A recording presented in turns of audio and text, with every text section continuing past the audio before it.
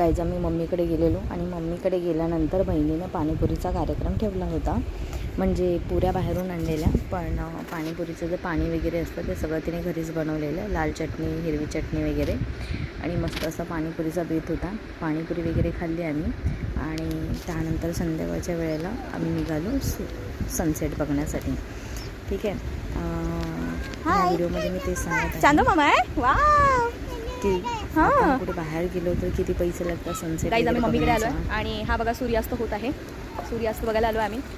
हेच आपण जर महाबळेश्वर किंवा कुठल्या हिल स्टेशनला जातो, ठीक आहे, तर तिथे आपल्याला पैसे खर्च करून त्या ठिकाणी जावं लागतं. इथे आम्हाला इझिली हा सूर्यास्त बघायला भेटतो. बघा किती छान असं वाटतं.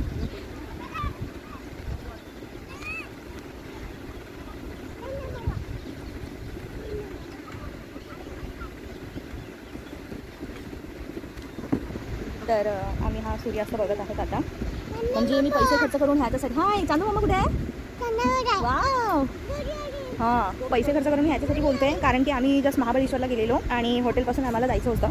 तर सनसेट म्हणून त्यांनी आम्हाला घेऊन गेला बघायचं आहे. तर आम्ही सनसेट बघायला गेलेलो.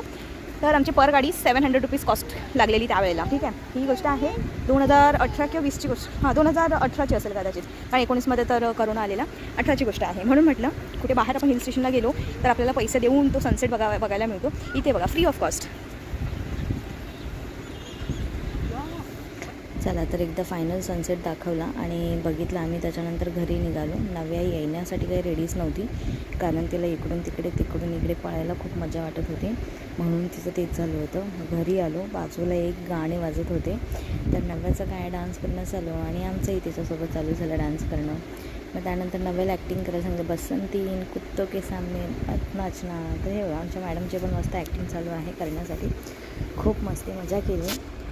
मम्मीची इकडे असताना तिकडे आईच्या इकडे गेले की सगळ्या मजा वगैरे करायला येते. तसंच झालं हे सर्व.